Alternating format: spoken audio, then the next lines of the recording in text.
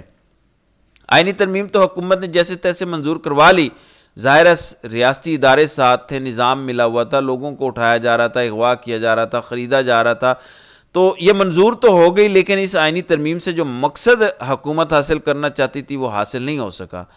بشارت راجہ بڑے زبردست اسلام آباد کے جرنلسٹ ہیں، انہوں نے بالکل صحیح خبر دی کہ مولانا اگر اس آئینی ترمیم کے مسودے پر اس دن انکار نہ کرتے اور اگر 20 اکتوبر تک اس آئینی ترمیم کی حمایت نہ کرتے تو حکومت نے زور زبردستی 14 اور 15 ستمبر کی رات والا مسودہ جو انتہائی خطرناک تھا، اس مسودے کو منظور کروانا تھا اور قاضی کی مدت ملازمت میں توسیع ہو جانی تھی۔ یعنی مولانا پر جو لوگ تنقید کر رہے ہیں وہ بلا جواز ہے۔ میری نظر میں مولانا نے جو کام کیا زبردست ہے۔ مولانا کی کوششوں کی وجہ سے وہ جو آئینی ترمیم کی اصل حالت تھی جس کا ڈرافٹ کہیں اور تیار ہو رہا تھا، اس ترمیم کو مائنس کرنے کے لیے مولانا نے بڑی کوشش کی، اسی وجہ سے آئینی ترمیم کی یہ شکل ہمارے سامنے آئی۔ اور پھر سب سے امپورٹنٹ بات یہ کہ اگر وہ آئینی ترمیم جو 14 اور 15 ستمبر کو ہونی تھی، جس میں تجویز دی گئی کہ سپریم کورٹ کے 5 سینئر موسٹ ججز کے نام قومی اسمبلی کی پارلیمانی کمیٹی کو بھیجے جائیں، جس تجویز میں یہ لکھا گیا کہ سپریم کورٹ کے 5 ججز ہوں گے، یعنی جمال خان مندوخیل اور امین الدین بھی شامل ہوں گے، اور حکومت کے لیے ون ون سچویشن تھی کہ اگر یحییٰ آفریدی انکار کر دیں تو حکومت اپنی مرضی کا کوئی اور چیف جسٹس بنا لے، یعنی امین الدین خان یا جمال خان مندوخیل جو حکومت کے موسٹ فیوریٹ ہیں، جو قاضی صاحب کے نقش قدم پر چلنے والے ججز ہیں۔ تو یہ جو سارا پلان حکومت کا تباہ ہوا، یہ صرف اسی وجہ سے ہوا کیونکہ یہ معاملہ 14 ستمبر سے لے کر 20 اکتوبر تک ٹلا رہا۔ 20 اکتوبر کو بھی اس آئینی ترمیم کو منظور کروانا پی ٹی آئی کے حق میں گیا، کیونکہ اگر اکتوبر تک بھی یہ آئینی ترمیم منظور نہ ہوتی تو شاید حکومت اسی 14 ستمبر والے مسودے کو منظور کرواتی، اور اس مسودے میں کیا کچھ تھا اس کی تفصیلات تو میں بتا چکا ہوں۔ تو اوورآل پی ٹی آئی کے لیے بہتر ہوا ہے۔ اب سپریم کورٹ پر تمام نظریں ہیں۔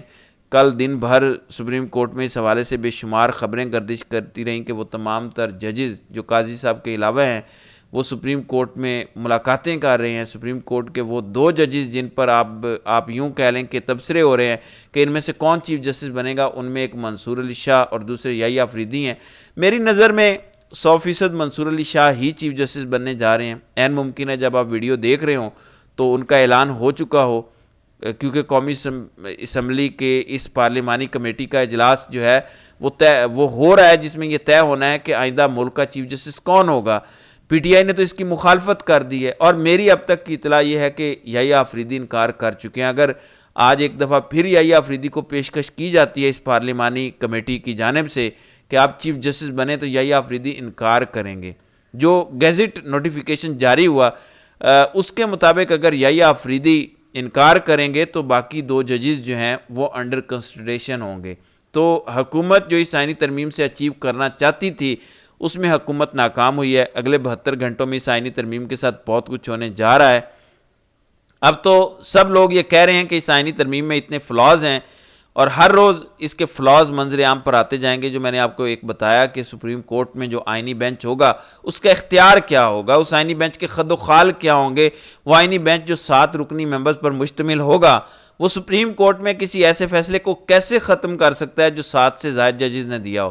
مثلا مخصوص نشستوں والے کیس کا فیصلہ وہ یہ والا بینچ سن بھی نہیں سکتا، کیونکہ سپریم کورٹ کے فل بینچ نے وہ نشستیں پی ٹی آئی کو دی ہیں، اور قانون کے مطابق وہ ریویو پٹیشن لگے گی تو یا تو فل کورٹ کے سامنے لگے گی یا اس سے کوئی بڑا بینچ ہوگا۔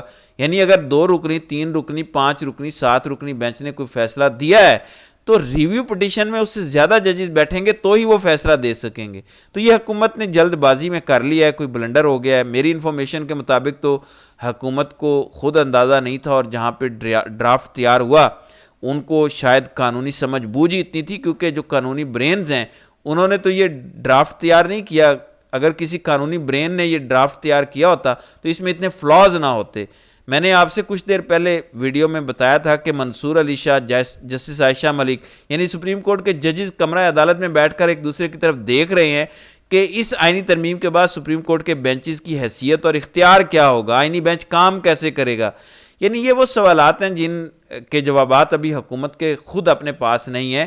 البتہ سپریم کورٹ سے 2 دن کے لیے انتظار کے بعد اس آئینی ترمیم کے حوالے سے وہ خبریں آ رہی ہیں. وہ لڑائی اس سٹیج پر جاری ہے جہاں حکومت کو اندازہ نہیں ہے, ابھی وکلاء تنظیموں کی جانب سے کوئی رد عمل نہیں آیا. اطلاعات یہی ہیں کہ وکلاء تنظیمیں بھی اس انتظار میں ہیں کہ قاضی چلا جائے, کیونکہ سب کو پتہ ہے قاضی اس ٹائم اگلے 72 گھنٹوں کے اندر کچھ بھی کر کے جا سکتا ہے. وہ اس آئینی ترمیم پر حکومت کو کوئی ایسا فیصلہ دے کر جا سکتا ہے کہ اس فیصلے پر سپریم کورٹ کا آئندہ آنے والا چیف جسٹس کوئی فیصلہ نہ سنا سکے. تو اس وجہ سے خاموشی نظر آ رہی ہے, کیونکہ قاضی کے جانے کا انتظار کیا جا رہا ہے. کئی لوگ تنقید کر رہے ہیں کہ سپریم کورٹ کے اکثریتی ججز خاموش کیوں ہیں. اس کی وجہ یہی ہے کہ ویٹ کیا جا رہا ہے اگلے 72 گھنٹوں کا. آج جبکہ 22 اکتوبر ہے, چیف جسٹس کے نام کا کسی بھی وقت اعلان ہو جائے گا, اور اس کا اعلان ہوتے ساتھ ہی ساری صورتحال واضح ہو جائے گی. تو ناظرین کرام, آپ کی اس ویڈیو کے حوالے سے کیا رائے ہے؟ آپ اپنی رائے کا اظہار کامنٹ سیکشن میں ضرور کیجیے گا.